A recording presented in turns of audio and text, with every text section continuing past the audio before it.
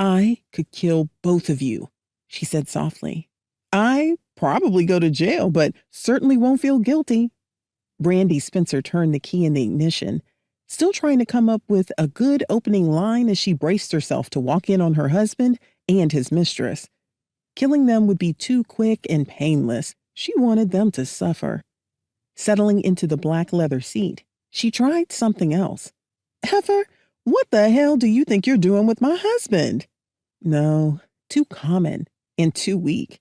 She'd have to use something a bit stronger than heifer. Vernon, do you think I'm stupid? Did you think I wouldn't find out? That was lame and overused. She had let this thing ride for 6 months before deciding to confront him.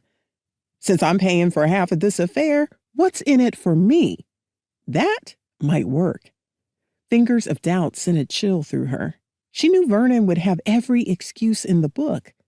The fading sunlight cast a subdued glow into the car.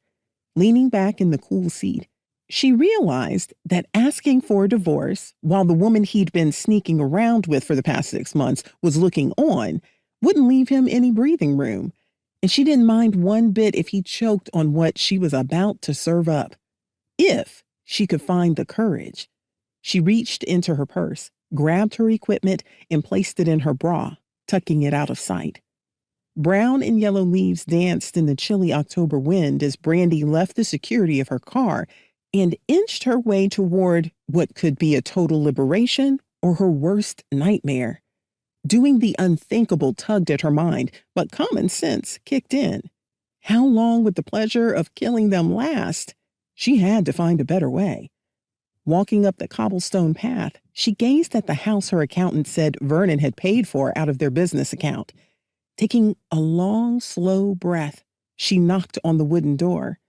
Moments later, a tall blonde with deep-set blue eyes and a curvaceous figure some women would give an ovary to have appeared in the doorway. She was wearing a sheer red robe and not much else.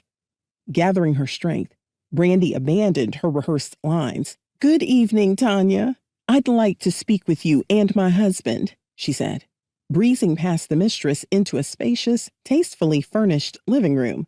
"Husband? Wait a minute," the woman shrieked, grabbing for Brandi, who shimmied just out of reach. "You must have the wrong house. Your husband's not here." "Oh, yes, he is," Brandi shot back.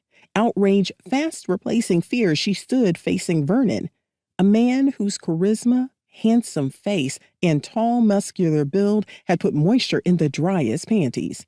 "That man right there on your sofa is actually married to me." Brandi flashed her wedding ring in the woman's face before venturing further into the room. The table had been set with a candlelight dinner for two. The scent of grilled steak, mashed potatoes, and apple cobbler mingled with the fresh citrus smell of the house. Somehow, Brandi didn't think that the cozy little dinner would grace Tanya's lips, or Vernon's. The quick glance at the mistress showed a flash of pink coloring the woman's high cheekbones before her sensuous red lips tightened into a hard line. She was strikingly pretty, with a heart-shaped face and classically pert nose.